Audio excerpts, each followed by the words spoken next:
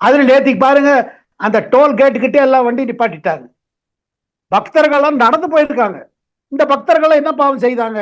முருகன் மாநாடுக்கு வந்து தவறா?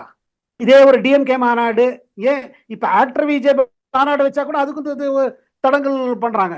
எத்தனை பாதகம் செய்ய முடியுமோ அது பாதகம் செய்யறாங்க. இதெல்லாம் பாதகம் செய்யறதுனால என்ன தெரியுதுன்னா, எங்கேயோ ஒரு இடத்துல திமுக தலைமை பயந்து போன மாதிரி இருக்குது. ஒண்ணுங்க, அங்க 6 படை வீடுகளை தரிசிக்க எல்லாரும் வர்றாங்க.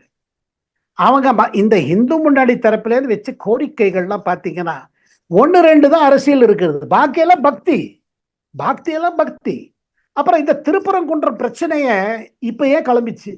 இந்த இந்த இந்த பிரச்சனையை ஆரம்பிச்சது யாரு? இது பின்னணியில் யாரு? எந்த ஓட்டு வங்கிக்காக இது செய்யப்பட்டிருக்கு? சோ அதுக்கு இதை யோசிக்கும் போது அது கவுண்டர் ஆட்டோமேட்டிக்கா வருங்க.